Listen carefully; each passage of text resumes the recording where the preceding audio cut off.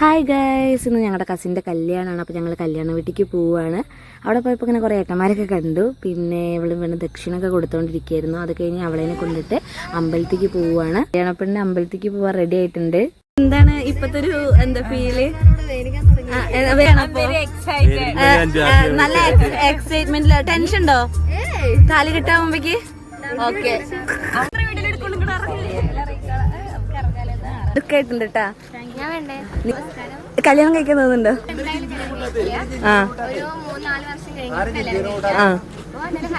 Okay. ഇവരിവിടെ photo എടുത്തിട്ട് എന്തൊക്കെയോ പറയുന്നുണ്ട്. വലിയച്ഛന് വലിയമ്മയൊക്കെ അമ്പലത്തേക്ക് താലികെട്ട് കാണാൻ വന്നു. പിന്നെ അത് കുഞ്ഞിങ്ങനെ നടക്കുകയാണ്.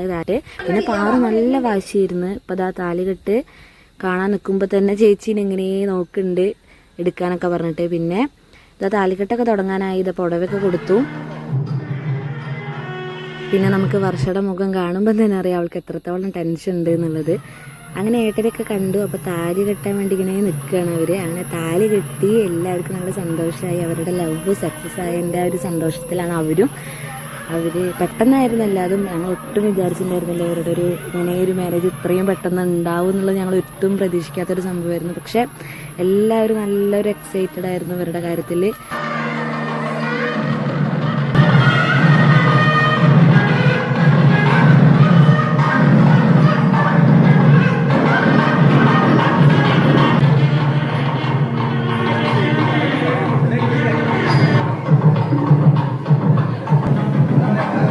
കെട്ടൊക്കെ കഴിഞ്ഞിട്ട് ഇവർ അമ്പലം വലം വെക്കാൻ വേണ്ടി പോവുകയാണ്. അങ്ങനെ എല്ലാവരും ഇവരുടെ പിന്നാലെ ഇങ്ങനെ പോകണു. പിന്നെ കുറേ ഫോട്ടോസ് എടുക്കലും വീഡിയോസ് എടുക്കലും അങ്ങനെയുള്ളൊരു തിരക്കിലായിരുന്നു. അങ്ങനെ നടക്കുക ഇങ്ങനെ നടക്കുക എന്നൊക്കെ വീഡിയോഗ്രാഫർ ഇങ്ങനെ പറയണ കേൾക്കുന്നുണ്ട്. അപ്പോൾ ഞങ്ങളിങ്ങനെ നടക്കുകയാണ് ഇവരുടെ പിന്നാലെ.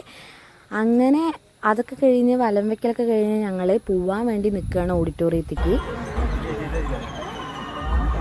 അങ്ങനെ ഞങ്ങൾ ഓഡിറ്റോറിയത്തേക്ക് എത്തി. ഓഡിറ്റോറിയത്തിലെത്തിയതും കുറേ ആൾക്കാരുണ്ടായിരുന്നു. പക്ഷേ ഞങ്ങളിങ്ങനെ ജ്യൂസൊക്കെ കുടിച്ച് നേരെ കയറി. അപ്പോൾ കുറേ ആൾക്കാർ ഇങ്ങനെ വന്നിട്ടുണ്ട് കല്യാണം കാണാൻ. പിന്നെ ഞങ്ങൾ മേക്കപ്പ് റൂമിലൊക്കെ പോയി എല്ലാവരും ഒന്ന് ഇങ്ങനെ ടച്ചപ്പൊക്കെ ചെയ്തു. പിന്നെ ദർശനെ കൊണ്ടുവരാനായിട്ട് ആൻറ്റിമാരൊക്കെ ഇങ്ങനെ താലം പിടിച്ച് വരുന്നുണ്ട്. അതുപോലെ തന്നെ ഏട്ടന്മാരുണ്ട്, ഇവർക്ക് കുറേ ഏട്ടന്മാരുണ്ട്. അപ്പോൾ അവരെല്ലാവരും കൂടെ ഇവരേനെ വരവേക്കാൻ വേണ്ടിയിട്ട് ഇങ്ങനെ പോയിട്ടുണ്ട്.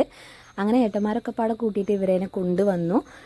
അങ്ങനെ അവരെ വെൽക്കം ചെയ്യാനായിട്ട് കസിൻസ് എല്ലാവരും കൂടെ ഡാൻസ് ഒക്കെ കളിച്ചിട്ടുണ്ടായിരുന്നു. ഒരു അടിപൊളിയായിട്ട് ഡാൻസ് കളിച്ചു. വർഷമൊക്കെ ഇങ്ങനെ ഡാൻസ് കളിക്കാൻ വേണ്ടി വന്നപ്പോൾ നല്ലൊരു കാണുമ്പോൾ തന്നെ നല്ല സന്തോഷമായിരുന്നു. ഇങ്ങനെ ഒരു ബ്രൈഡ് ഇങ്ങനെ കളിക്കുക എന്നൊക്കെ പറയുമ്പോൾ എനിക്കിപ്പോൾ അത് കാണുമ്പോൾ നല്ല സന്തോഷം തോന്നുന്നുണ്ട്. പണ്ടൊന്നും ഇങ്ങനെ ഉണ്ടായിരുന്നില്ല.